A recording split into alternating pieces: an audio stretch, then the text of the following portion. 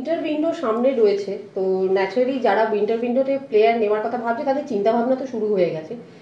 কিছু আলোচনা কি আপনাদের না, মধ্যে আমাদের চলছে? সেরকম কোনো ভাবনা চিন্তা নেই। আমাদের টিম তো ভালোই আছে, প্রত্যেকটা জায়গাতেই আমাদের আছে।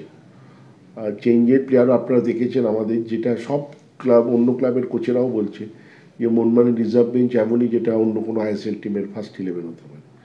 তো সেই জন্য সেইরকম কোনো চিন্তাভাবনা নেই। যদি কোনো প্লেয়ার নেওয়া হয়, সুদূর প্রসারী চিন্তাতে কোনো প্লেয়ার নেওয়া হতে পারে, যে যাকে 2 বছর 3 বছরের জন্য নেওয়া হলো, এরকম নয় যে আমাকে এক্ষুনি আমার প্লেয়ার টিম হারছে বা সেই জন্য আমাকে কোনো প্লেয়ার নিতে হবে, এরকম কোনো ব্যাপার নেই।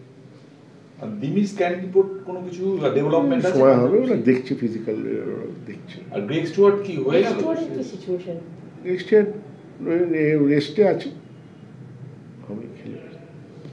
আর দেবাজিদা, সেটা হচ্ছে যে এই যে ইস্ট বেঙ্গল যে এত বেটার পারফরমেন্স করছে, আপনারা তো খুব একটা প্রত্যাশা করেননি, বলেছিলেন যে উপরের সারির টিমগুলো তখনই বেনিফিটেড হবে যদি নিচের সারির টিমগুলো ইয়ে করতে পারে। তো মোহন বা ইস্ট বেঙ্গল তো এখন সমস্যা হচ্ছে আপনি আপনার কোয়েশ্চেনটা দেখাবেন না, ওটা দেখালে আমার সুবিধা হতো।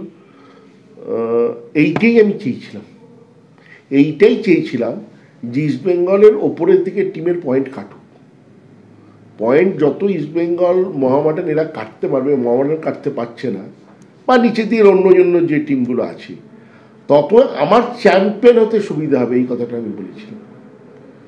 আমি ওপরের 1 নম্বর 2 নম্বরে থাকতে গেলে, দেখুন ওপরের কম্পিটিশনটা অনেক বেশি স্টিপ, তো সেখানে গোয়ার সঙ্গে আমার দূরত্ব বা ব্যাঙ্গালোরের সঙ্গে আমার দূরত্ব এমন কিছু নয়। তো এই যে লড়াইটাতে আমরা সুবিধা পাবো যখন ইস্টবেঙ্গল বা মোহামেডান এদেরকে হারাবে বা ড্র করবে, তখনই আমি বেনিফিটেড হব। তো সেটাই আমি বলেছিলাম। এবং ইস্টবেঙ্গল এই যে ভালো খেলছে, আমি এটা দিন ধরে বলছি যে বড় ক্লাব সঠিকভাবে এ পড়েনি।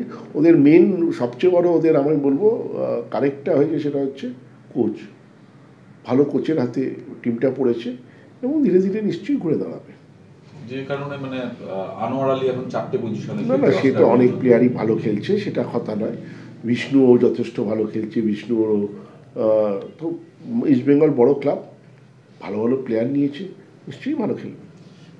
গ্রেগ স্টুয়ার্টের চোটটা কি, মানে এত বড় এতদিন বাইরে কি, মানে আপনাদের কাছে কি আছে? না, যেটা আমাদের কাছে আছে সেটা ওর ইঞ্জুরি আছে, ইঞ্জুরি থেকে ফেরার চেষ্টা করছে। প্লেয়ারের উপরেও খানিকটা ডিপেন্ড করে তার তো আমাদের ফিজিক্যাল যারা ব্যাপারটা দেখেন তারা দেখছেন, আমি আশা করি ও তাড়াতাড়ি ফিরে আসবে। উইন্টার উইন্ডোতে কোনো কি ফরেনার ইয়ে হতে পারে? আমি একটু উত্তর দিয়ে দিয়েছি। আর না, ফরেনার ও তো দেশীয় বলে বলেছে। তাহলে নুনো রেইস কিসের জন্য? সে যখন সে তো রেজিস্ট্রি হয়নি না, তাহলে আপনাদের এত চিন্তা কিসের? আপনার দুটো মিডফিল্ডার, যে বউকে আমি বিয়ে করিনি, যে মেয়েকে, তাকে নিয়ে আপনার চিন্তা এত মাথা খারাপ? কারণ আপনাদের পার্ট। আমার চিন্তা আমি বুঝে নিয়েছি, আমার টিম আমি বলে দিয়েছি, আমাদের এতটাই স্ট্রং বেঞ্চ আছে যে আমরা এক্ষুনি অন্য কিছু নিয়ে চিন্তা ভাবনা করছি। ঠিক আছে।